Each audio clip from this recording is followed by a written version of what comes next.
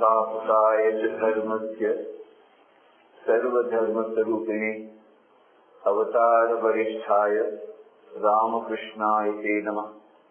जननीं शारदां देवीं रामकृष्णं जगद्गुरुं पादपद्मे तयोश्रित्वा प्रणमामि मुहुर्मुहुः। नमः श्रीयतिराजाय विवेकानंदसूरये सच्चित् सुखस्वरूपाय स्वामिने तापहारिणे।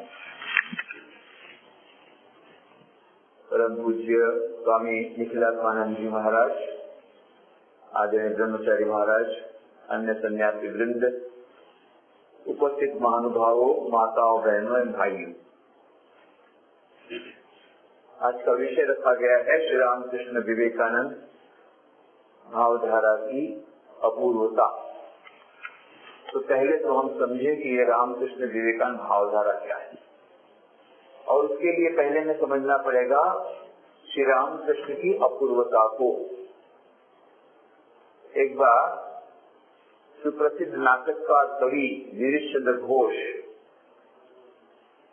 जो कि श्री रामकृष्ण के गृहस्थ भक्त थे, आप लोगों ने जिन्होंने रामकृष्ण भक्तमाली का पुस्तक पढ़ी है, या अंग्रेजी में दे लिव विद गॉड, उसमें गिरीश चंद्र घोष का पात्र एक अनूठा पात्र है, जिसमें कि गिरीश घोष बोलते थे, यदि आपको श्री रामकृष्ण देव की महिमा को समझना है तो स्वामी विवेकानंद की ओर मत देखिएगा। कि स्वामी विवेकानंद, विश्व विजयी स्वामी विवेकानंद, जिन्होंने शिकागो धर्म सभा में ऐसा अपूर्व भाषण दिया, सारे विश्व में जगत प्रसिद्ध ऐसे विश्व मानव स्वामी विवेकानंद, ये इतने महान थे तो इनके गुरु और कितने महान होंगे। कि जहाँ की स्वामी विवेकानंद कहते हैं कि श्री रामकृष्ण की कृपा कटाक्ष से लाखों लाखों विवेकानंद क्षण में पैदा हो सकते हैं। ये रामकृष्ण कैसे महान होंगे। परंतु गिरीश घोष बोलते हैं कि स्वामी विवेकानंद के गुरु श्री रामकृष्ण, ये कोई श्री रामकृष्ण की महिमा का बखान नहीं है। यदि रामकृष्ण देव की सच्ची महिमा जानना हो तो मेरी ओर देखो, इस गिरीश की ओर देखो कि जो गिरीश ऐसा है कि यहाँ पर कि ऐसा कोई संसार में खराब कार्य नहीं है जो मैंने छोड़ रखा है, सब कर लिया जितने संसार में हो सकते हैं। और शराब की जो बोतल पी है, उसके एक के ऊपर एक चढ़ाओ तो माउंट कैलाश से ऊपर चली जाएगी। तो कभी से कभी की बात आपको पर सचमुच में किया कर। यहाँ तक कि इतने बेशरम से श्री रामकृष्ण के पास आते थे पहले तो थोड़ी देर बात करने के बाद श्री रामकृष्ण को बोलते थे, अच्छा मैं जरा घूम के आता हूँ। तो श्री रामकृष्ण, अरे घूमने बाहर कहाँ जाओगे, यही घूम लो। समझ के घूमना मतलब अभी पिपासा लगी है, अरे विभू देख तो बाबूजी की गाड़ी, घोड़ा गाड़ी के पीछे में क्या रखी है, ले आता, अपने सामने खिला देते। कभी ना नहीं बोला, पर ऐसा प्रेम दिया गिरीश घोष, ये एक महान संत में परिवर्तित हो गए। अंतिम जीवन में न तो केवल शराब छोड़ी, इतना ही नहीं, ईश्वर का नाम लेते लेते उन्होंने शरीर छोड़ा और महान संत हो गए। तो इसलिए गिरीश घोष बोलते थे कि अरे यदि रामकृष्ण की महिमा जानना चाहते हो तो स्वामी विवेकानंद की उम्मत देखो, कि स्वामी विवेकानंद इतने महान है कि इनके गुरु श्री रामकृष्ण। अरे स्वामी विवेकानंद नरेंद्रनाथ दत्त के वकील के लड़के थे, अच्छे पढ़े लिखे थे, संभ्रांत परिवार के संभ्रांत लड़के को स्वामी विवेकानंद बनाना कौन सी बड़ी बात है। पर ऐसे बदमाश को संत में परिवर्तित कर देना, ये स्वामी रामकृष्ण का कमाल है। तो ये कमाल श्री रामकृष्ण ने किया। तो रामकृष्ण के देव के बारे में बोलते गिरीश घोष के ऐसे बोलते थे। ऐसे गिरीश घोष एक बार स्वामी विवेकानंद के पास आते हैं, देखो नरेंद्र भाई, तुमको एक काम करना पड़ेगा, मेरा एक अनुरोध है। स्वामी विवेकानंद ने कहा जीसी, उनको जीसी कैसे पुकारते थे गिरीश चंद्र घोष, जीसी ऐसी बात आप क्यों करते हैं, उस उम्र में बड़े थे तो उनको सम्मान देते, आज भी आप क्यों बात करते हैं, आप आदेश दीजिए, आपको तो आदेश देना है, आप जो आदेश देंगे मैं पालन करूंगा। सब गिरीश घोष ने कहा देखो भाई, तुमको प्रभु ने बहुत शक्ति दी है, बहुत शक्ति दी है, तुम्हारे में वक्तृत्व शक्ति भी ऐसी है, लेखनी की शक्ति भी ऐसी है, तो हमारी एक ऐसी इच्छा है कि हमारे गुरुदेव का एक जीवन चरित्र तुम लिखो। सब स्वामी विवेकानंद का देखो जीसी, आपने जो पहली बात कही वो सच्ची बात है, बहुत शक्ति मुझ में है।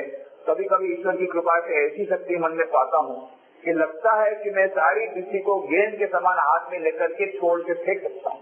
इतनी शक्ति मुझ में आती है, सारी पृथ्वी को गेंद के समान ले लूं हाथ में और छोड़कर फेंक दूं। ये कभी कभी मुझे शक्ति का अनुभव होता है।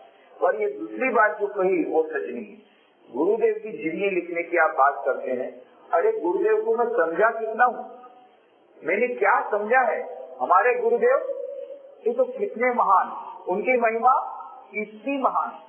अरे ब्रह्म की भी कभी इतनी हो सकती है, अखंड सच्चिदानंद निर्गुण निराकार अनंत ब्रह्म की कभी इतनी हो सकती है, पर श्री राम कृष्ण का कोई और छोर नहीं है। राम कृष्ण को मैं नहीं समझ पाया आखिर तक, उनको मैं समझा ही कितना हूँ। क्या आप ऐसा मानते हैं, ऐसी इच्छा रखते हैं कि मैं शिव जी की मूर्ति बनाते बनाते वानर की मूर्ति बनाऊं? एक कलाकार को बताया गया शिव जी की मूर्ति बनाओ, बन गई बंदर की मूर्ति। तो क्या आप यही चाहते हैं, शिव जी की मूर्ति बनाते मैं बंदर की मूर्ति बनाऊं? नहीं, ये मुझसे नहीं होगा। मैं श्री राम कृष्ण को बिल्कुल नहीं समझा हूँ, वे तो अनंत हैं, उनकी अनंत महिमा है, मेरी बुद्धि तो बहुत अल्प है। मैं श्री राम कृष्ण के बारे में नहीं लिखूंगा, सचमुच में आखिर तक नहीं लिखा।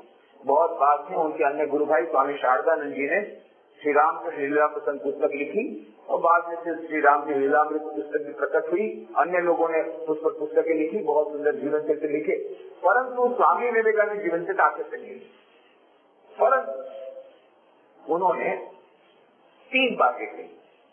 ये जो 3 बातें की, इससे हमको स्वामी विवेकानंद श्री राम कृष्ण को कैसा समझते थे उसकी पूरी चाबी मिली। नंबर 1, उन्होंने संध्या आरती को लिखा, जिसकी आवृत्ति हम लोग रामकृष्ण मठ मिशन के जितने हमारे 170 ब्रांच सेंटर थे देश विदेश में, और जितने हमारे अनऑफिशियल नॉन एफिलिएटेड सेंटर हजारों में सारे विश्व में, ये सभी जगह कई घरों में भी होती है, हजारों घरों में होती। रोज शाम को प्रार्थना होती है, खंडन भव वंदन जग वंदन वंदितो माय। इस प्रार्थना में श्री राम कृष्ण के समस्त जीवन और संदेश को स्वामी विवेकानंद ने उड़ेल के रख दिया, कुछ बाकी नहीं रखा। हमारे स्वामी जी से मुमुक्षानंद जी महाराज वहाँ राजकोट में थे, मैं राजकोट में था, तो उन्होंने कहा कि भाई ये भक्त लोग चाहते हैं खंडन भवंदन ये प्रार्थना ये जो है उसका मीनिंग उनको यदि बता देते तो अच्छा रहता। तो प्रत्येक शनिवार को रामकृष्ण कथामृत जो गुजराती में है उस पर व्याख्या होती थी वचनामृत पर, तो उसके लिए उसके बदले में कुछ 1-2 हफ्ते में इसको जरा समझा दो तो अच्छा रहेगा। मैंने किसी के महाराज आदेश के आदेश करें, तो मैंने शुरू किया तो खंडन भवन एक ही लाइन करते करते करते करते 2-3 महीना 4 महीना 12, 13, 14 एक ही लाइन खत्म नहीं हुई। बहुत मुश्किल से 1 साल बाद उसको समाप्त किया, परंतु वो अधूरा ही रह गया। इतना गहन उसका अर्थ है खंडन भवंदन जगवंदन वंदितो माय कि जितना आप अंदर उतरते जाइए उतना अंदर उतरते जाएंगे, मानो एक डूबते ही जाएंगे। इतना गहन अर्थ ये स्वामी विवेकानंद ने एक प्रार्थना में उड़ेल दिया, खंडन भवंदन जगवंदन वंदितो। दूसरा उन्होंने किया, उन्होंने एक स्तोत्र की रचना की, आचंदाला प्रतिहतरयो यश्च प्रेम प्रवाह, बहुत सुंदर वो स्तोत्र है। तीसरा उन्होंने किया, न्यूयॉर्क में और लंदन में उन्होंने माय मास्टर, ये मेरे गुरुदेव, इस विषय पर उन्होंने व्याख्यान दिया। बहुत सुंदर पुस्तक है वो, मेरे गुरुदेव माय मास्टर, छोटा सा पुस्तक। उसमें श्री रामकृष्ण के बारे में उन्होंने थोड़ा सा कहा, बहुत लोगों ने कहा तब छोटा सा उन्होंने प्रवचन दिया था, पर अद्भुत प्रवचन। और चौथी एक बात उन्होंने करी, वो अचानक हो गई। गए थे नवगोपाल घोष के यहाँ पर श्री रामकृष्ण देव के नए मंदिर की प्रतिष्ठा में, विदेश से जो वापस लौट गए स्वामी विवेकानंद, तो वहाँ पर रामकृष्ण देव के मंदिर की प्रतिष्ठा के लिए गए अपने भक्तों के साथ, अन्य सन्यासी के साथ, नाचते नाचते नृत्य गान करते करते, और फिर वहाँ पर जब पहुँचे तब नवगोपाल घोष की स्त्री ने कहा कि आज आप प्रार्थना कीजिए कि रामकृष्ण देव यहाँ पर सदैव विराजमान रहे। जब रामकृष्ण देव के मंदिर की प्रतिष्ठा हुई तब उन्होंने यही कहा। तो स्वामी विवेकानंद चुटकी लेते कि अरे हमारे गुरुदेव रामकृष्ण देव, ये तो इनका जन्म हुआ था कामारपुकुर में छोटी सी झोपड़ी में, घास फूस की झोपड़ी थी, और यहाँ तुमने बढ़िया संगमरमर का मंदिर बनाया है, तो यहाँ नहीं रहेंगे तो कहाँ रहेंगे। और फिर श्री रामकृष्ण की पूजा के लिए स्वामी विवेकानंद आसन पर बैठे, और आसन पर बैठने के साथ उनके मुंह से एक श्लोक निकल गया। वह जो श्लोक, उसमें स्वामी विवेकानंद ने सब कुछ कह डाला। स्थापकाय धर्मस्य सर्वधर्म स्वरूपिणे अवतार वरिष्ठाय रामकृष्णाय ते नमः। हे प्रभु श्री रामकृष्ण देव, आप अवतारों में वरिष्ठ हैं, अवतारों में सर्वश्रेष्ठ हैं, आपको मैं प्रणाम करता हूँ। क्यों? आपने केवल एक धर्म की स्थापना नहीं की, आपने सभी धर्मों की स्थापना की। बड़ा आश्चर्य लगता है। स्वामी विवेकानंद कुछ कहते थे ये धर्मांध नहीं होना चाहिए, यहाँ तक कि उन्होंने कहा कि रामकृष्ण देव कोई भी अवतार के रूप में स्वीकार करे या न करे, ये आपके हाथ में। आप उनको महापुरुष के रूप में देखें, एक महान भक्त के रूप में देखें, जिसको जिस प्रकार की इच्छा हो देखें। स्वामी विवेकानंद ने कभी नहीं कहा कि सभी लोगों को रामकृष्ण देव जो यहाँ पर रामकृष्ण मिशन में आते हैं, उनको रामकृष्ण देव का अवतार के रूप में स्वीकार करना होगा। अपनी अपनी श्रद्धा के ऊपर है। परंतु ऐसे जो उदार दृष्टिकोण वाले स्वामी विवेकानंद, जो धर्मांधता के सख्त विरोधी थे, ये क्या कहते हैं? अवतार वरिष्ठ। अरे बाकी सब भक्त लोग भी यही बोलते हैं कि हमारे ईश्वर, हमारे इष्ट देवता सबसे महान, तो हम समझ सकते हैं। स्वामी विवेकानंद भी कहते हैं श्री रामकृष्ण अवतार वरिष्ठ। ये क्या बात है? ये उन्होंने क्यों कहा, और इसका मीनिंग क्या हुआ? क्या इसका ये है कि बाकी जो अवतार है वो उनसे छोटे हैं, ये कहना चाहते श्री रामकृष्ण? ये कैसे हो सकता है? जहाँ की श्री रामकृष्ण ने खुद ने कहा था, जो राम थे, जो कृष्ण थे, ये इस बार रामकृष्ण के रूप में आए हैं। 16 अगस्त 1886 को श्री रामकृष्ण देव ने महासमाधि ली। उसके कुछ दिन पहले की बात है। श्री रामकृष्ण देव काशीपुर उद्यान बाकी में थे, गले में कैंसर हुआ, इसलिए दक्षिणेश में वहाँ लाया गया था। और स्वामी विवेकानंद जो समय नरेंद्र 10 कॉलेज के विद्यार्थी, उनके सहपाठी, सभी कॉलेज के लड़के, अधिकांश स्कूल कॉलेज के लड़के, ये सब उनकी सेवा में रत थे। तो ये नरेंद्र उस समय सेवा कर रहे हैं, और यहाँ पर गले में ऐसा कैंसर हुआ, बहुत पीड़ा हो रही है। श्री रामकृष्ण करा रहे हैं पीड़ा के कारण, और अचानक नरेंद्रनाथ के मन में संशय आता है। अरे लोग कहते हैं ये साक्षात ईश्वर के अवतार हैं, जिनकी शक्ति से सारा संसार चलता है, ऐसे परमेश्वर, ऐसे ईश्वर के अवतार, और ये रामकृष्ण देव ऐसा इसके बारे में कहते हैं, और ये रामकृष्ण देव अभी गले में इतनी पीड़ा हो रही है करा रहे हैं, ये क्या ईश्वर हो सकते हैं? नहीं, ये ईश्वर नहीं, नहीं, ये कभी ईश्वर नहीं होता। और अचानक उनके मन में विचार आया, अभी उनको जब इतना दर्द है उनके गले में, ऐसी अवस्था में यदि अपने मुंह से बोल दे कि मैं साक्षात ईश्वर का अवतार हूँ, तब तो मैं विश्वास करूंगा, और नहीं तो नहीं करूंगा। और अद्भुत बात, अभी तो ये विचार नरेंद्रनाथ के मन में आया है कि श्री रामकृष्ण उनकी ओर देख करके बोलते, नरे ऐसो न अविश्वास, ऐसो न अविश्वास। नरेंद्र अभी भी अविश्वास है, अभी भी अविश्वास है।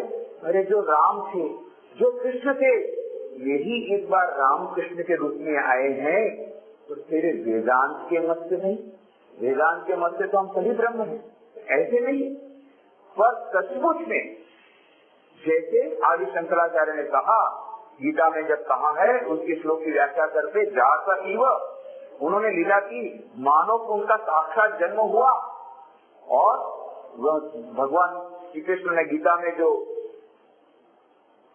दिया था, वचन दिया था, यदा यदा हि धर्मस्य ग्लानिर्भवति भारत अभ्युत्थानम धर्मस्य तदात्मानं सृजाम्यहम् परित्राणाय साधूनां विनाशाय च दुष्कृतां धर्म संस्थापनार्थाय संभवामि युगे युगे। जब जब धर्म की ग्लानि होती है, अधर्म बढ़ जाता है, और जब इस प्रकार से धर्म पर अधर्म हावी हो जाता है, उस समय धर्म की पुनः प्रतिष्ठा के लिए, सज्जनों की पीड़ा को हरण करने के लिए, दुर्जनों के विनाश के लिए मैं स्वयं अवतार ग्रहण करता हूँ, मनुष्य रूप धारण करता हूँ। ऐसा जो ईश्वर ने कहा था श्री कृष्ण भगवान ने। तो यह आदि शंकराचार्य बोलते जाते हुआ, वे उनको नकार नहीं कर पाए। अद्वैती होने के नाते अवतार को तो मान ही नहीं सकते, पर फिर भी कहते हैं मानो अवतार हुआ, ऐसा कह सकते।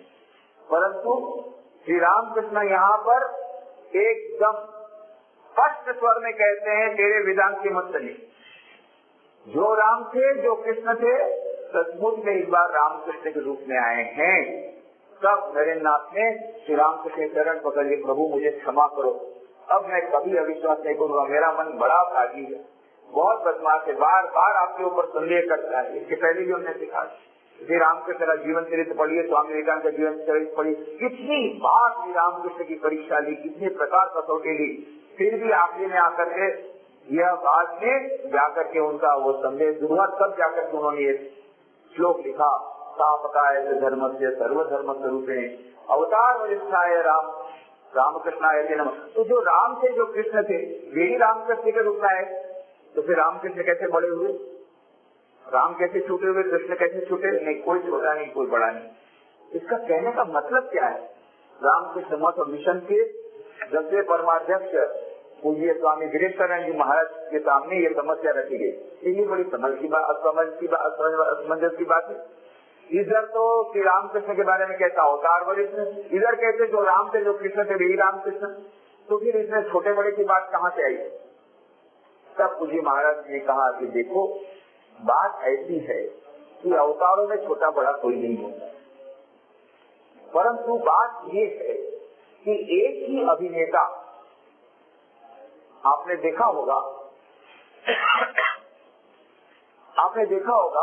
एक अभिनेता रंगमंच पर आता है और विविध प्रकार के उसके नाटक होते हैं।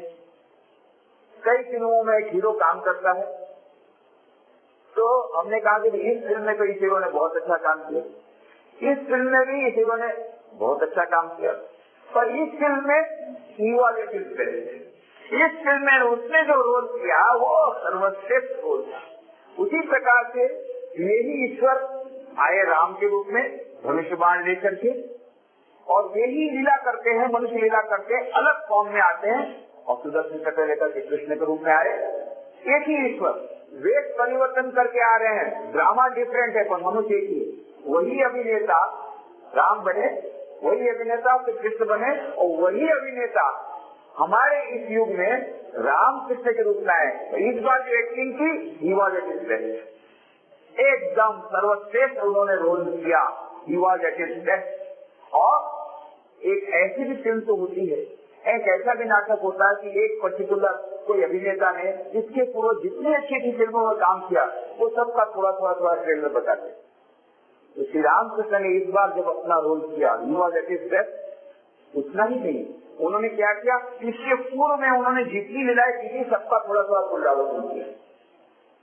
रामचंद्र के रूप में उन्होंने जिन मूल्यों की प्रतिस्थापना की थी, जहाँ पर कि रामचंद्र जी ने कहा कि रघुकुल रीति सजे सदा चली आई, प्राण जाए और वचन न जाए, सत्य वचन।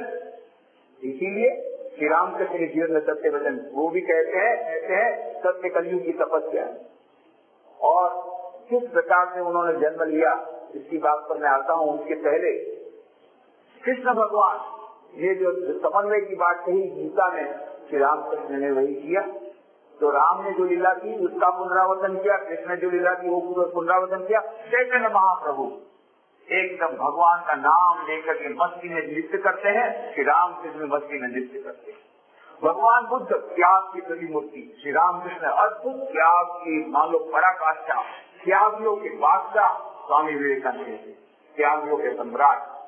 ये जितने अवतार हुए, जिनको हम अवतार पुरुष मानते हैं, इन सब के गुण एक साथ श्री रामकृष्ण देव में अद्भुत रूप से परिलक्षित होता है। इससे पहले जो उन्होंने एक्टिंग की थी वो सब तो थोड़ा रोल दिखाया, थोड़ा ट्रेलर दिखाया, और फिर इस बार की एक्टिंग तो अद्भुत एक्टिंग। और स्वामी विवेकानंद कहते हैं he is the latest and the most perfect incarnation of God, latest and the most perfect। आजकल के युवक लोगों को बोलिए, उन लोग को कैसा ड्रेस चाहिए? लेटेस्ट फैशन का ड्रेस, लेटेस्ट फैशन के गॉगल, लेटेस्ट मोबाइल, रोज बदलता रहता मोबाइल का डिजाइन, रोज बदलते रहते mobile, latest mobile, latest dress. Shri Ramakrishna is the latest incarnation of God and the most perfect incarnation of God. इसलिए अवतार वरिष्ठ, ये नहीं कि राम और कृष्ण छोटे हैं। आज के युग की जो समस्याएं थी उसके लिए है, और जो राम आए थे, जो कृष्ण आए थे, वे आते हैं रामकृष्ण के रूप में। तो अद्भुत बात, कहीं शस्त्र नहीं, बैठे चुपचाप। रामचंद्र जी के हाथ में धनुष बाण है, श्री कृष्ण के हाथ में सुदर्शन चक्र है, और यहाँ चुपचाप बैठे, नहीं इनके पास भी अस्त्र है। तो ये जो आए थे असुरों का वध करके, उन्होंने दुष्टों का वध किया। श्री रामकृष्ण किसका वध किया? किसी का वध नहीं किया, नहीं उन्होंने भी वध किया। उन्होंने भी दुष्टों को पछाड़ा, पर एक अलग प्रकार से, और वो भी प्रणाम, वो भी अस्त्र लेकर के आए, एक अलग प्रकार का अस्त्र लेकर। तो कौन सा अस्त्र लेकर के आए? तो गिरीश घोष बोलते थे इस बार प्रभु आए प्रणाम अस्त्र लेकर। प्रणाम अस्त्र, प्रणाम कर करके सब लोगों का हृदय जीत लिया, प्रेम देकर के हृदय जीत लिया। और जो तीर वो छोड़ते थे, अरे बाप रे, ऐसा भयंकर तीर छोड़ते थे, एक बार लगा तो ऐसा घायल हुआ कि खत्म हो जाता है। प्रेम का तीर छोड़ते थे अपनी आंखों के द्वारा श्री रामकृष्ण देव। भल भले गिरी केशव चंद्र सेन ब्राह्मण समाज के इतने बड़े नेता, बोलते क्या करूं, श्री रामकृष्ण के पास आकर के मैं तो सब अपना भूल जाता हूँ। इतने बड़े नेता जिसका लेक्चर सुनने विक्टोरिया नारी रानी आती थी, पर श्री रामकृष्ण के पास से अभिभूत हो जाते थे। प्रहलाद चंद्र मजूमदार ब्राह्मण समाज के नेता बोले इसमें उसमें अंतर मेरा कितना, एक अनपढ़ ब्राह्मण कहाँ और कहाँ मैंने इतनी और उच्च शिक्षा ग्रहण किया, मैंने कितने कितने वेस्टर्न फिलोसोफर को पढ़ा है, और पता नहीं इसमें क्या जादू इस ब्राह्मण में, इस गरीब ब्राह्मण में और ये अनपढ़ ब्राह्मण में, कि वहाँ जाकर के बस मेरा हृदय खिंच जाता है और मेरे पास में बैठने को विवश कर देता है। ये तीर जो छोड़ते थे, ये अद्भुत तीर। श्री रामचंद्र के पास कितने भक्त आते थे, महिला भक्त आती थी, उसमें एक थी योगिन माँ। तो योगिन माँ का आना जाना श्री रामकृष्ण पास जो होता था, उसके भाई हीरालाल को बिल्कुल पसंद नहीं। एक बार श्री रामकृष्ण आने वाले थे कलकत्ता, उसी इलाके में आने वाले थे, वो योगिन माँ के यहाँ आए। तो योगी माँ के यहाँ आए, तब हीरालाल ने कहा, हीरालाल ने सोचा बस ये सुनहरा मौका है, अब इसको परमहंसगिरी, इसको ऐसा मारा जाए कि सब परमहंसगिरी सब भूल जाए।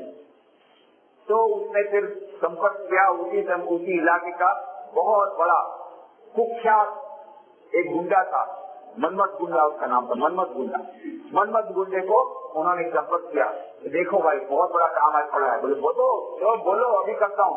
अरे बोले ये परमहंस है ना, ये इसके चक्कर में पड़ करके ये मेरी बहन वो उसी में जाती रहती, उसको कैसे भेजे, उसको परमहंसगिरी बुला दो। अरे बोले इसमें क्या बड़ी बात है, अभी आज बोले आज शाम को आ रहे हैं। बोले देखो ऐसा मजा चखा था उसकी, सब परमहंसगिरी जिंदगी भर ये भूल जाए, ऐसा मार मारूंगा। और यहाँ रामकृष्ण परमहंस बैठे हैं, उधर से सब भक्त आए और फिर आया मनमत गुंडा एकदम चढ़ा, परंतु जैसी प्रवेश किया श्री रामकृष्ण जी ने उसकी ओर देखा और थोड़ा सा उनका जो ब्यूटीफुल स्माइल था, श्री रामकृष्ण का जो स्माइल था वो बहुत ही अद्भुत स्मित था, अद्भुत स्मित। बाद में उन्होंने कहा था ये स्मित सीता देवी का जब दर्शन हुआ तो सीता देवी उनको ये स्मित लेकर के चली गई।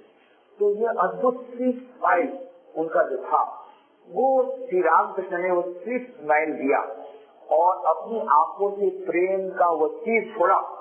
ऐसा प्रेम का तीर लगा उसको, मनमत आया था मारने के लिए, साष्टांग प्रणाम और आंखों से आंसू बह रहे हैं, प्रभु प्रभु प्रभु। ये दम रह गया, आया था मारने के लिए, क्या कर रहा है ये तो चरण पकड़ कर रो रहा है, कैसा अद्भुत, क्या जादू है। और बाद में मनमत गुंडा उस दिन से ऐसा अद्भुत परिवर्तन हुआ, महान भक्त बन गया। और अंतिम में मरते समय उनको श्री रामकृष्ण बोलता था प्रियनाथ प्रियनाथ, ये उनका नाम उन्होंने दिया था, रामकृष्ण नहीं बोलता था, प्रियनाथ मेरे प्रियनाथ मेरे प्रियनाथ। प्रियनाथ बोलते बोलते उसने अपना शरीर छोड़ दिया। रामचंद्र जी आए, रावण कुंभकर्ण मेघनाथ का वध किया, कितने राक्षसों का वध किया। श्री कृष्ण भगवान आए, कंस दुर्योधन कितना का वध करवाया, कंस वगैरह का कंस अपने हाथ से वध किया। परंतु जब रामकृष्ण के रक्त आए तो उन्होंने दुष्टों का वध नहीं किया, उन्होंने क्या किया, दुष्टों को संत में परिवर्तित किया, दुष्टों को भक्तों में परिवर्तित कर दिया। ये अद्भुत लीला है, इस बार की अपूर्व लीला, ये इस बार की अपूर्व लीला है रामकृष्ण देव की। और ये अपूर्व लीला उन्होंने की और प्रणाम मत लेकर के आए। गिरीश चंद्र घोष ये स्टार थिएटर के मालिक थे और रामकृष्ण ने कहा मैं चैतन्य लीला नाटक देखने के लिए जाऊंगा। तो सब लोगों ने, भक्तों ने कहा आप चैतन्य लीला नाटक देखने जाएंगे, आपको मालूम है ये अभिनेता कौन है, ये अभिनेत्रियां हैं। यहाँ तक कि चैतन्य महाप्रभु का जो रोल है वह भी अभिनेत्री करेगी। आप अभिनेत्रियां रोल करेगी, उसको देखने जाएंगे। श्री राम से कहा तो क्या हो गया, मैं उन अभिनेत्रियों में भी मेरी माँ आनंदमयी को देखूंगा। और सचमुच में माँ आनंदमयी को देखा। गए स्टार थिएटर में नाटक देखने के लिए गए तो गिरीश चंद्र घोष ने, उसके पास भक्त लोग गए कि परमहंस महाशय आए हैं, इतने महान महापुरुष है, तो वे आए हैं, तो क्या आप उनको फ्री पास देंगे। तो गिरीश घोष ने कहा उनको फ्री पास मिलेगा, तो बाकी भक्तों को टिकट खरीदनी पड़ेगी। ठीक है, हम लोग टिकट खरीदेंगे। फिर भक्तों ने कहा आप वो जरा अगवानी करने नहीं आएंगे, स्वागत करने। रामकृष्ण देव पधारे हैं घोड़ा गाड़ी में, वाह रे वाह, बड़े परमहंस महाशय आए, मेरे को स्वागत करने जाना पड़ेगा। वो तो संत महात्मा में मानते ही नहीं थे, धर्म में मानते ही नहीं थे। बचपन में माँ दुर्गा की मूर्ति को अपने हाथ से खंडित किया था, ऐसे आस्तिक थे। और संत महात्मा को तो गाली की बौछार करते थे। बोले मेरे को वहाँ स्वागत करने जाना पड़ेगा। ठीक है जाता हूँ। एकदम गए नीचे और उधर से रामकृष्ण परमहंस घोड़ा गाड़ी से नीचे उतरे। नीचे उतर के जैसे गिरीश घोष के सामने, गिरीश घोष सामने आए, उन्होंने रामकृष्ण में नमस्कार किया। इतने बड़े महात्मा नमस्कार कर रहे हैं, अब गिरीश घोष ने तो नमस्कार नहीं किया, पर इतने बड़े महात्मा जब नमस्कार कर रहे हैं तो शिष्टाचार की खातिर तो नमस्कार करना पड़ेगा भाई, कि मैं जेंटलमैन तो हूँ कम से कम, ये तो प्रमाणित करना पड़ेगा। तो शिष्टाचार की खातिर उन्होंने नमस्कार किया। तो श्री राम से झुक कर के प्रणाम किया। इतने बड़े महात्मा झुक कर के प्रणाम करते हैं, तो उन्होंने फिर झुक के प्रणाम किया। तो श्री रामकृष्ण ने एकदम झुक कर के प्रणाम किया। गिरीश घोष ने कहा इतना मैं नहीं कर सकूंगा, मैं हार गया, इतना बड़ा प्रणाम मैं नहीं कर सकूंगा। पूर्व जन्म में, पूर्व के अवतार में तो धनुष बाण के द्वारा उन्होंने अवध किया, पर इस बार प्रणाम अस्त्र के द्वारा संत को, इस बदमाश मेरे जैसे बदमाश को संत ने परिवर्तित कर दिया। ये अपूर्व लीला श्री रामकृष्ण की इस बार प्रणाम अस्त्र लेकर के आए थे, प्रेम अस्त्र के लेकर के आए थे। स्वामी विवेकानंद को पूछा गया रामकृष्ण के बारे में बताइए, LOV पर्सोनिफाइड, प्रेम के घनीभूत रूप। ऐसे श्री रामकृष्ण देव आए और परंतु धर्म पर जब बहुत बड़ा संकट था उस समय आए और धर्म की पुनः प्रतिष्ठा की। वो अपने आप में लंबी कहानी है, अत्यंत संक्षेप में मैं कहूँ। 16वीं शताब्दी में विज्ञान का युग आया, विज्ञान की बहुत बड़ी बड़ी खोजें होने लग गई। गैलीलियो ने कहा कि पृथ्वी सूर्य के चारों ओर घूमती है, ये उसने दूरबीन से देखा था, टेलीस्कोप से देखा था, पर वह बात धर्म के शास्त्रों के विरुद्ध जाती थी, क्रिश्चियन धर्म शास्त्रों के विरुद्ध, इसलिए गैलीलियो को फांसी की सजा दी गई। ये आप जानते हैं। और विज्ञान और धर्म के बीच में जब टकराहट शुरू हो गई, जबकि ऐसा माने जाने लग गया कि जो एकदम अंधविश्वासी हैं, जिनमें कुछ भी ये विज्ञान का ज्ञान नहीं है या जो अनपढ़ है, उन्हीं लोगों के लिए धर्म का पालन करना ठीक है। परंतु हमारे यहाँ जो वेदांत का जो ज्ञान है वो विज्ञान से, आधुनिक विज्ञान से बिल्कुल मिलता जुलता है। जो जो हमारे वेदों में कहा गया आज आधुनिक विज्ञान को प्रमाणित कर रहा है, और वहाँ की बात अलग है। वहाँ जो सेमेटिक रिलीजन है, वहाँ पर जो पौराणिक उनकी बातें हैं, ये विज्ञान के साथ जब नहीं मिलती थी तो वैज्ञानिक लोगों को मार दिया जाता था, इसलिए वैज्ञानिक लोग सब धर्म के विरुद्ध हो गए। धीरे धीरे धर्म से लोगों की निष्ठा चली गई, लोग संशयवादी बन गए। बोले हमको विज्ञान के अनुसार प्रमाण सिद्ध चाहिए, प्रमाण चाहिए कि आप बोलते हैं ईश्वर है, उसका प्रमाण क्या है, बिना प्रमाण के हम कुछ स्वीकार नहीं कर सकते, हम विज्ञान के साथ हैं। इस प्रकार से धर्म के बीच में और विज्ञान के बीच में एक बहुत बड़ी टकराहट शुरू हो गई। और फिर इसी के फलस्वरूप जब ईश्वर नहीं है तो हम क्यों अच्छे बने, खाओ पियो मौज करो, जड़वादी सभ्यता आ गई, खाओ पियो मौज करो, पाश्चात्य जड़वादी सभ्यता, सबसे बड़ा रुपया बाबा, सबसे बड़ा रुपया, बस पैसा कमाओ पैसा कमाओ पैसा कमाओ और खूब मौज करो और चिंता मत करो। वो जो चारवाकी फिलोसॉफी थी भारत में, वही चारवाकी फिलोसॉफी फिर से विदेश में आ गई बहुत बड़े पैमाने पर, और जड़वादी सभ्यता आ गई। और इस प्रकार से पाश्चात्य जड़वादी सभ्यता ने आधिपत्य कर लिया। और यही पाश्चात्य जड़वादी सभ्यता भारत में आई। ब्रिटिश राज्य जब आ गया 18वीं शताब्दी में, ब्रिटिश तब ब्रिटिश राज्य के माध्यम से यही पाश्चात्य जड़वादी सभ्यता आई और इस प्रकार से यह मानो यह धर्म अधर्म की सब भावना आ गई।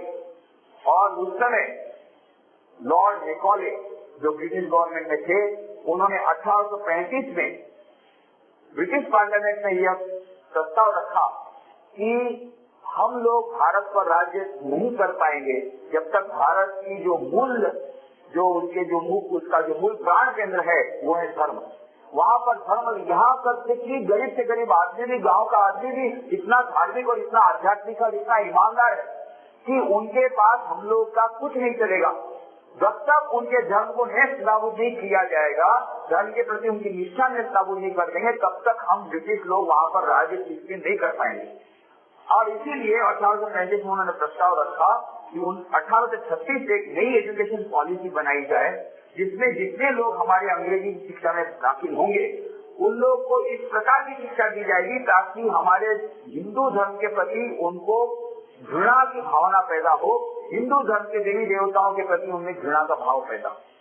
और 1836 में उसने ये पॉलिसी रखी और 1839 में उन्होंने लॉर्ड मैकॉले ने अपने पिताजी को पत्र में लिखा, पिताजी मैं क्या कहूँ कि नई पॉलिसी से इतना अच्छा रिजल्ट मिल रहा है, इतनी मैंने कल्पना भी नहीं की थी। और लिखता है, no Hindu who is received English education ever remains attached to his religion. एक भी हिंदू जो इस प्रकार से आता है कि हमारी शिक्षा पद्धति में वो कभी अपने धर्म के प्रति आस्था नहीं रख सकता और हिंदू धर्म के देवताओं को तो गाली देगा, गाली घृणा करेगा। और ठीक यही हुआ, जितने अंग्रेजी शिक्षा में आते जब कॉलेज के लड़के मानने लगे अरे मूर्ति पूजा हम लोग करते थे ना, इसीलिए हम लोग पिछड़ गए, मूर्तियों पूजा को छोड़ो, मूर्ति पूजा को छोड़ो और पत्थर की पूजा बंद करो, तभी हम आगे बढ़ सकेंगे। और ये जो देवी देवता ये सब हमारे हिंदू धर्म के देवी देवताओं को जल्दी से अलविदा करो, नहीं तो हम लोग आगे नहीं बढ़ पाए। ये सभी आधुनिक जितने शिक्षित लोग थे उन सब के मन में यही आया और तब ईश्वर ने सोचा यदि भारत में से धर्म जाएगा तो सारे विश्व में आध्यात्मिकता का जो केंद्र है, सारे विश्व के आध्यात्मिक है वो खत्म हो जाएगा और सारा विश्व खत्म हो जाएगा और सारे विश्व में पाश्चात्य जड़वादी सभ्यता आ जाएगी और इसके बाद सभी लोगों का कल्याण होगा। इसीलिए उन्होंने तुरंत निर्णय लिया, अब तुरंत मुझे स्वयं अवतार ग्रहण करना पड़ेगा। जैसे कि रामकृष्ण कहते हैं कि छोटा मोटा कोई झगड़ा होता है तो कोई पुलिस को भेज देते हैं, जो पुलिस कमिश्नर होते हैं, पर जब कोई बहुत बड़ा दंगा होता है, टेररिज्म आ गया, टेररिस्ट लोग आ गए, तो पुलिस कमिश्नर खुद दौड़ता है, वो खुद रेड लाइट की गाड़ी लेकर के वहीं दौड़ जाए। तो श्री रामकृष्ण कहते हैं ईश्वर स्वयं आ जाते हैं जब धर्म पर बहुत बड़ा गाँव, इतना बड़ा यह हाथ होने वाला था हिंदू धर्म संस्कृति पर और पूरे विश्व की आध्यात्मिकता पर पाश्चात्य जड़वादी सभ्यता इस प्रकार की बढ़ने वाली थी शिक्षा के माध्यम से।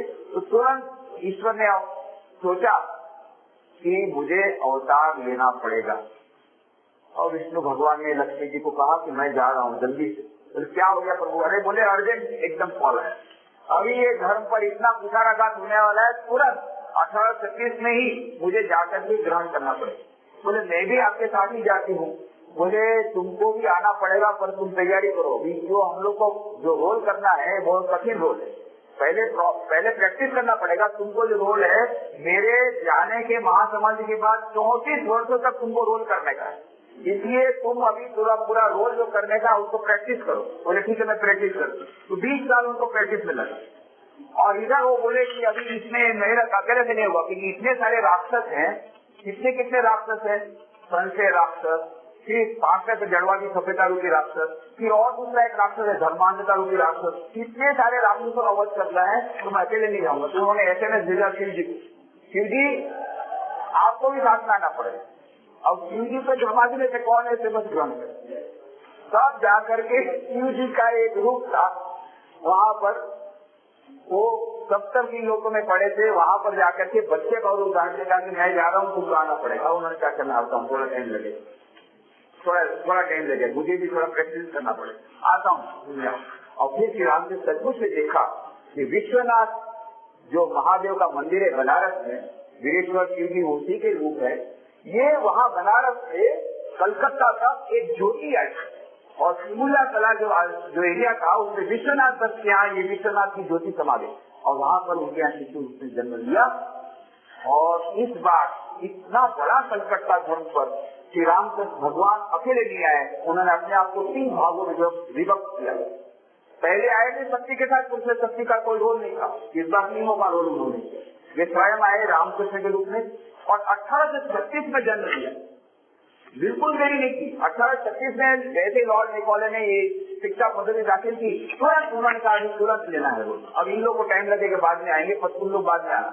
और फिर शिव जी का 1863 में शिव जी का एक अंश आया कलकत्ता में सुमलिया दिवस, विश्वनाथ दत्तिया, वो विश्वनाथ महादेव आए और उसका फिर नाम वीरेश्वर, शिव जी के नाम से वीरेश्वर रखा गया। बाद में विजय हुआ, फिर नरेंद्र हुआ, फिर स्वामी विवेकानंद बने। ये स्वामी विवेकानंद शिव अवतार ये तो 1863 का है, बहुत बात है। और उधर 1854 में 20 वर्षों तक रोल अच्छी तरह ये करने के बाद, प्रैक्टिस करने के बाद ये आई माँ शारदा, ये आई जयराम बने। अब ये कहाँ का आना था ये सोच लीजिए। उस समय भारत का जो कैपिटल था वो कलकत्ता था, इसलिए भगवान ने सोचा कैपिटल में यदि एक मार मारी जाए, बाकी 100 नगरों में 100 बार मार मारने से जो इफेक्ट नहीं होगी, कैपिटल में एक बार मार मारने में सारे भारत पर उसका इफेक्ट पड़ेगा। उस समय दिल्ली राजधानी थी, तो राजधानी में ही हमको लीला खेलनी है, तो राजधानी में लीला खेलने का तय हो गया। पर जन्म कहाँ लेना है, तो जन्म भी उन्होंने सोचा कलकत्ता नहीं, कलकत्ता शहर में ले लूंगा। ये शहरी जनों को बताना है कि गाँव वाले महान है। और दूसरा, मुझे इस बार ब्राह्मण का जन्म लेना है कि ब्राह्मण लोग अपना ब्राह्मण परिवार, ब्राह्मण का जो लक्ष्य है वो भूल गए, तो ब्राह्मण आदर्श ब्राह्मण क्या होता है मुझे बताना है। और गरीबों की मुझे सेवा करने से गरीब घर में आ जाना है। तो सब कॉम्प्यूटर में फिट किया कि एक ऐसा गांव होना चाहिए जो कलकत्ता के नजदीक हो और उसके घर में जन्म लूंगा जो ब्राह्मण हो और गरीब हो और सत्यनिष्ठ हो। और तब जाकर को पता लगा एक ही ब्राह्मण ऐसा है जो ऐसा सत्यनिष्ठ है कि झूठी गवाही देना था तो सारा घर बार छोड़ करके अपना पूरा गांव छोड़ करके आ गया। उसके जमींदार ने उसकी सारी संपत्ति को बेच डाला, खत्म कर डाला। पहने हुए कपड़े से आए और कामतपुर गांव में उन्होंने शुक्लाल गोस्वामी उनके मित्र ने जो छोटी सी जमीन थी उस पर आए, पर इतना सारा अत्याचार हुआ और उन्होंने झूठी गवाही नहीं दी। सत्य के इतने बड़े पुजारी थे, इतने महान भक्त थे वो तुलसीराम चट्टोपाध्याय, तो उन्होंने सोचा उनके जन्म लूंगा। अब पकड़ो कहाँ है, तो पता पड़ा रहे वो गदाधर हमारे खुद के मंदिर में आए हुए। गदाधर भगवान ने देखा, विष्णु भगवान ने वही गया धाम गए हुए हैं, तो उनको तुरंत स्वप्न दिया, देखो खुदीराम मैं तुम्हारी भक्ति से प्रसन्न हूँ, मैं तुम्हारे जन्म लूंगा। और इधर खुदीराम ने कहा प्रभु आप मेरा जन्म मत लीजिए। भगवान ने कहा कैसा मूर्ख है, बाकी सब लोग किसके लोग मुझे बुलाते हैं, लालायित रहते हैं, इसके सामने से बोल रहा हूँ। बोले मैं नहीं भगवान बात ऐसी है कि मैं तो गरीब ब्राह्मण हूँ, आपको मक्खन मिर्ची कहाँ से खिलाऊंगा। तो भगवान ने कहा हंसे आज उसकी चिंता मत करो, मैं इस बार मक्खन मिर्ची खाने के लिए नहीं आ रहा हूँ, तुम जो रुखा सुखा दोगे मैं खा लूंगा। मक्खन मिर्ची का मेरा जो कोटा था मैंने कृष्ण भगवान की लीला में पूरा कर लिया, बहुत मक्खन मिर्ची खाया। उस समय मक्खन मिर्ची खाने का मुझे था, वो मैंने पूरा कर लिया। अब इस बार तो बंगाल की क्लाइमेट है, बंगाल में जन्म लूंगा, मुझे पेट की बीमारी होने वाली है, सब मुझे वैसे भी नहीं चलेगा, इसकी चिंता मत कर। तो रुका सुखा जो देगा उसी से मैं चला लगा, मैं तेरे ही यहाँ आऊंगा। और बराबर आए खुदीराम चट्टोपाध्याय चंद्रमणि के यहाँ 1836 में जन्म लिया।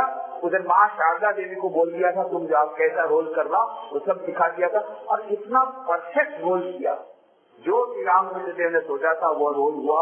माँ शारदा ने जो रोल किया, स्वामी विवेकानंद जो रोल किया, अद्भुत role, perfect role, you are at is best. Swami Vivekananda कहते हैं the most latest and the most perfect incarnation of God. ये श्री रामकृष्ण देव माँ शारदा देवी स्वामी विवेकानंद आए, अद्भुत लीला की, पूर्व जन्मों में इतनी लीला, इतनी सुंदर लीला, इतनी मधुर लीला, और आज की आधुनिक युग के लिए जो आवश्यक है ऐसी लीला नहीं। और आज के युग के लिए जो आवश्यक, उन्होंने जो सभी जितने राक्षस थे उनका जो वध किया, अद्भुत संशय राक्षस का सबसे पहले वध किया। और स्वामी विवेकानंद को भेजा तुम अंग्रेजी में पढ़ना, और मैं लॉर्ड मेकॉले की शिक्षा पद्धति बिल्कुल दाखिल हूँ, एक बार भी नहीं स्कूल में गए ही नहीं। लॉर्ड मेकॉले की शिक्षा पद्धति दाखिल नहीं हुए, और लॉर्ड मेकॉले शिक्षा पद्धति में स्वामी विवेकानंद को भेजा, नरेंद्र नाथ को, और ये काम Hegel, Spencer, John Stuart Mill, ये सब पाश्चात्य विद्वानों को पढ़ करके अज्ञेयवादी बन गए। और पाश्चात्य विज्ञान, पाश्चात्य सभ्यता और पाश्चात्य जड़वादी सभ्यता के प्रतीक के रूप में नरेंद्र नाथ आप करके चैलेंज देते हैं, बहुत बड़ी आप भगवान की बातें कहते हैं, आपने क्या खुद में ईश्वर को देखा है। और प्राच्य संस्कृति, आध्यात्मिक संस्कृति, भारत की प्राचीन वैदिक संस्कृति के जो प्रतिनिधि थे रामकृष्ण देव, जिन्होंने लॉर्ड मेकॉले की शिक्षा पत्र में बिल्कुल दाखिल नहीं हुए थे, उन्होंने उसका उत्तर दे दिया, हाँ बेटा, मैंने उनके दर्शन किए। इतना ही नहीं, फिर उन्होंने कहा, जिस प्रकार से मैं तुझे देखता हूँ उससे अधिक प्रत्यक्ष रूप से मैं उनके दर्शन करता हूँ। और फिर कहा, और यदि तू चाहे तो तुझे भी इनके दर्शन करा सकता हूँ, पर तुझे साधना करनी होगी। यह मानव विज्ञान है, धर्म का विज्ञान। साइंस कहता है, विज्ञान कहता है H2+O2 = H2, hydrogen oxygen gas मिलकर के पानी बनता है। हाइड्रोजन गैस ऑक्सीजन गैस से कैसे पानी बने? अरे भाई, इसमें मानने की बात नहीं है, विश्वास करने की कोई बात नहीं है। तुम खुद लेबोरेटरी में आओ, प्रयोगशाला में आओ, हाइड्रोजन ऑक्सीजन गैस बनाओ, मिलाओ, हाइड्रोलिसिस प्रोसेस करो, फिर पानी नहीं मिलेगा तो बोलना हम नहीं मानते। उसी प्रकार से श्री राम ने चैलेंज देकर कहा, मैंने ईश्वर के दर्शन किए, तो शायद तुझे भी उनके दर्शन करा सकता हूँ, और तुझे लेबोरेटरी में आना पड़ेगा, प्रयोगशाला में आना पड़ेगा और साधना करनी पड़ेगी। नरेंद्रनाथ ने एक्सेप्ट कर दी चैलेंज, और सचमुच में उनको साधना के बाद निरकल समाधि की प्राप्ति हुई, उस ईश्वर के दर्शन हुए। और समाधि की प्राप्ति के बाद श्री रामचंद्र ने कहा, बस अब मैंने समाधि के दर्शन हो गए, मेरी इच्छा पूर्ण हो गई, पर अब समाधि की अवस्था से नीचे लौटना पड़ेगा, चाबी मेरे पास रहेगी और तुझे माँ का बहुत सारा काम करना पड़ेगा। चाबी अपने पास रख दी। फिर बोले, जब तुमको बाद में खोलूंगा, 24 जुलाई 1902 को उन्होंने चाबी खोली और फिर महासमाधि में स्वामी विवेकानंद चले गए। उसके पहले 10 साल में जो उन्होंने लीला की, अद्भुत उन्होंने जो परिवर्तन कर दिया सारे विश्व में, सारे विश्व का एक वैश्विक सभ्यता दे दी, एक वैश्विक संस्कृति दे दी सारे विश्व में। इस प्रकार से उन्होंने कहा। तो सबसे पहले श्री राम स्वामी विवेकानंद ने श्री राम के बारे में जो स्तोत्र बताया है, आसंजाला प्रतिहतर यस्य प्रेम प्रवाह, उसमें बोलते हैं, संशय राक्षस नाश महाश्रम या भी गुरु शरणम भवैद्य। संशय राक्षस का वध किया। दूसरा कौन से राक्षस का वध किया? 5 में से जड़वादी सभ्यता रूपी राक्षस का वध किया। किस प्रकार से? जड़वादी सभ्यता बोलती पैसा सबसे बड़ा, रुपया बड़ा, सबसे बड़ा रुपया, रुपए के बिना, पैसे के बिना कुछ नहीं होगा। श्री रामकृष्ण ने कहा, चाटा माटी, माटी चाटा, एक हाथ में पैसे, एक हाथ में मिट्टी, दोनों को मिला करके गंगा में डाला, गंगा। और इससे प्रकार से उनके मन में एक प्रकार की धारणा हो गई, अवचेतन मन में, कि कभी कोई गलती से भी पैसा का स्पर्श होता तो उनको मानो विष्णु का डंक लगता और हाथ टेढ़े हो जाते, धातु का स्पर्श नहीं होता। जब स्वामी विवेकानंद ये बात पता पड़ी तो बहुत नाराज थे। तुम लोग भक्त लोग का यही बात है, भक्ति आप भक्त बनते हो तो एकदम अपनी बुद्धि को मानो गिरवी रख देते हो। अरे ऐसी बातें क्यों करते हो कि विष्णु का डंक लगता है, हाथ टेढ़े, इतना कहो कि वे पैसा पसंद नहीं करते, पैसा का संचय नहीं करते, बड़ा बड़ा के तुम लोग अतिशयोक्ति पर इसी बातें क्यों करते तुम लोग भक्त लोग? मैं ऐसा कभी नहीं मानता। एक बार आए थे श्री रामकृष्ण के कमरे में, देखा श्री रामकृष्ण नहीं है, कंसर्टिंग को गए हैं, कमरे में कोई नहीं। अचानक कौन बना? अच्छा, परमहंस देव जी का टेस्ट कर लिया जाए, परीक्षा कर लिया, बहुत बड़ा अपने बोलते महात्मा, आज इनकी परीक्षा करनी है। और तुरंत अपने जेब में से रुपया निकाला, चांदी का सिक्का था, और श्री रामकृष्ण जिस पाठ पर बैठ करके, जिस खाट पर बैठ करके बातचीत करते तो हम गद्दी के नीचे चटाई के नीचे रख दिया और एक कोने में खड़े रहे, देखे मार जाता हूँ। आए रामकृष्ण देव कुछ देर बाद अपने भक्तों के साथ, जैसे ही बैठे मानो विष्णु का डंक लगा, और सब भक्त लोगों ने कहा, देखा कुछ नहीं, फिर बैठे, फिर बातचीत कर, सब जाकर उन्होंने बिछाना और सब बचाड़ा, तो चटाई के नीचे खन करके रुपया देखा, नीचे रुपया किसने गिरा, नीचे रुपया किसने रखा है? सब लोग देखने लगे आजू बाजू, श्री रामकृष्ण भी देखने चालो, देखा तो नरेंद्रनाथ कोने में मुंह नीचे पैर खड़े। श्री राम को समझ, ओ बेटा मैं समझ गया, बहुत अच्छा किया, बहुत अच्छा किया, गुरु को अच्छी तरह देखना, अच्छी तरह परीक्षा करना, फिर ग्रहण करना, ऐसे मत करना। पसंद हो। और स्वामी विवेकानंद इस प्रकार से परीक्षा ली थी। तो श्री रामकृष्ण ने अपने जीवन के द्वारा बताया, बिना पैसे के स्पर्श किए, मात्र 5 रुपया उनको सैलरी मिलती थी, कभी सैलरी जिसे उन्होंने साइन नहीं किया, देना हो तो खजांची को बोला, और उसी 5 रुपए सैलरी में मस्ती से रहते थे, नाचते थे। माँ शारदा ने कहा, मैंने कभी श्री रामकृष्ण को म्लान मुख नहीं देखा, मानो आनंद की बौछार, उनका फोटो देखो, मानो आनंद बाहर जा रहा है, नृत्य में गान करते हैं, मस्ती में, बिना पैसे के भी आज के युग में आनंद से रहा जा सकता है, परमानंद की प्राप्ति हो सकती है। और इसीलिए उन्होंने कहा, देखो पैसा जीवन का उद्देश्य नहीं, पैसा बहुत अच्छा है, जरूर चाहिए, पैसे के बिना एक पैर भी आगे नहीं बढ़ सकते, बहुत आवश्यक है, पर पैसा जीवन का उद्देश्य नहीं। क्यों? पैसे के द्वारा मकान मिल सकता है, अच्छे से अच्छा लेटेस्ट मॉडल का मकान मिल जाएगा, लेटेस्ट मॉडल की गाड़ी भी मिल जाएगी, लेटेस्ट मॉडल के ड्रेस मिल जाएंगे, मन की शांति नहीं मिलेगी, ईश्वर की प्राप्ति नहीं होगी, शाश्वत सुख शाश्वत शांति की प्राप्ति नहीं होगी। मनुष्य का जीवन, पैसा मनुष्य का उद्देश्य नहीं हो सकता, माध्यम बन सकता है। आज की जलवायु सभ्यता में यही हो जाए। आज कंज्यूमरिस्टिक सोसाइटी हो गई, इन्फ्लुएंजा नाम का रोग हो गया, लोग मर रहे हैं, आत्महत्या कर रहे हैं, सिजोफ्रेनिक बन रहे हैं, पागल बन रहे हैं। क्यों? कि कंज्यूमरिज्म आ गया, इसलिए उपभोक्तावाद आ गया। उपभोक्तावाद का उत्तर देने के लिए श्री रामकृष्ण लीला करके गए। अरे बिना पैसे के लिए आनंद से रहा सकता है, कम पैसे से भी आनंद से रहा जा सकता है। पैसे के पीछे पागल मत बनो, जितना हो सकता है जरूर से कमाओ, परंतु पैसा जीवन का उद्देश्य नहीं है। आज को उपभोक्तावाद शुरू कीजिए। और तीसरा सबसे बड़ी समस्या जो आज के युग में आई थी, जो अन्य अवतार में थी, धर्म के अधर्म के बीच की टकराहट थी। इस युग में धर्म के बीच की टकराहट आ गई।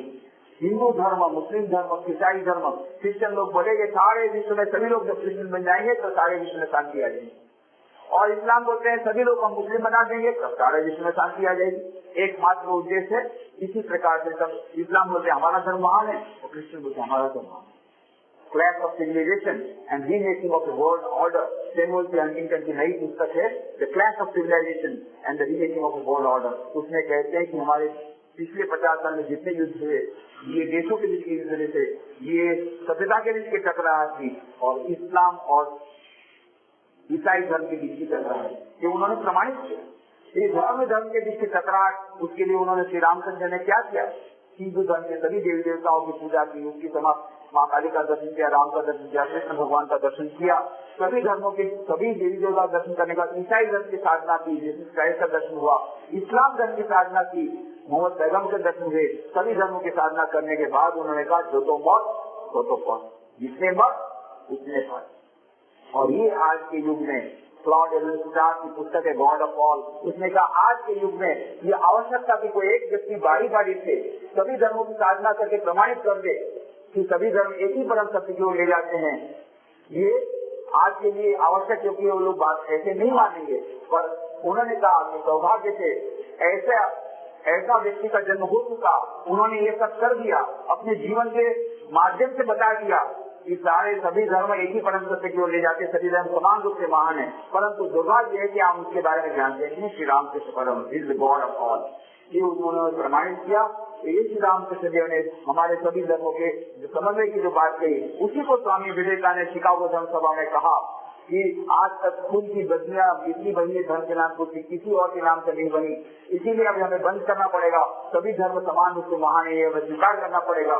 11 सितंबर 1893, 11 सितंबर 1893 को उन्होंने अपना ऐतिहासिक भाषण दिया, वो भी 9/11 था। हमने नहीं उनकी बात सुनी।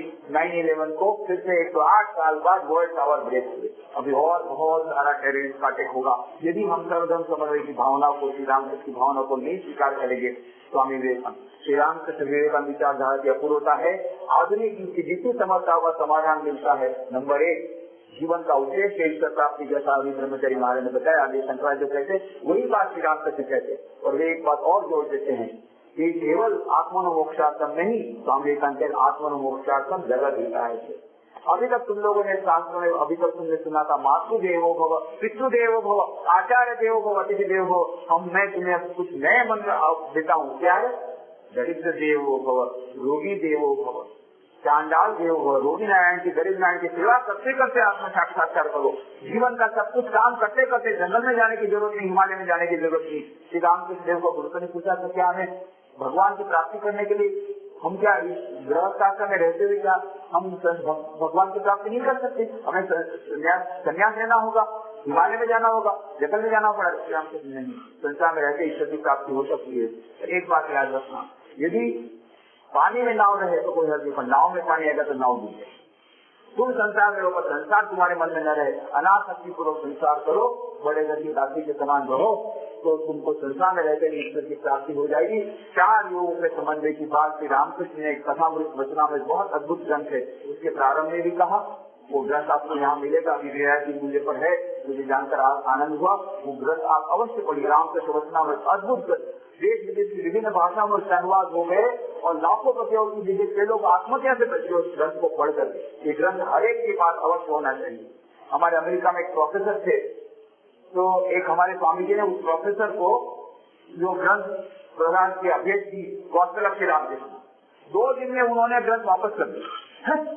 Most impractical book in the world, सबसे ज्यादा इम्प्रैक्टिकल। क्यों? हर एक पेज पर कामिनी कांचन त्याग करो, कामिनी कांचन त्याग करो, दोनों का त्याग करूंगा फिर वो आदमी कितनी, अरे मेरे जीवन में रहेगा क्या? मेरे जीवन का सारा आनंद नहीं चला जाएगा। ये तो कैसा इम्प्रैक्टिकल बात बोलता है। बोले लाओ कि तुम्हारी किताब तुमको मुबारक, हमको नहीं चाहिए। एक महीने बाद उसने कहा स्वामी जी वो किताब की मुझे 100 कॉपी है।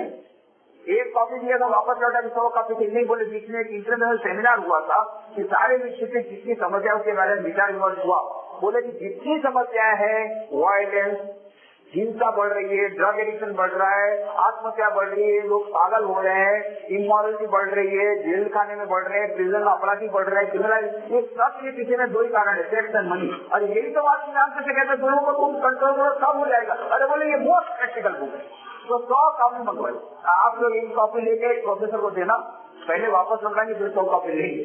अभी जाते समय एक कॉपी ले जाना, रियायती दर पर अभी 250 रुपए के बदले 100 में मिल गई, उसको आप लोग ले जाइए। अद्भुत ग्रंथ, और उसने प्रारंभ में 4 योगों के समन्वय की बात श्री रामकृष्ण ने कही है, स्वामी विवेकानंद ने की है, और रामकृष्ण मिशन का जो प्रतीक है उसमें आप देखेंगे चारों योगों का समन्वय की बात ही है। स्वामी विवेकानंद ने खुद ने बताई।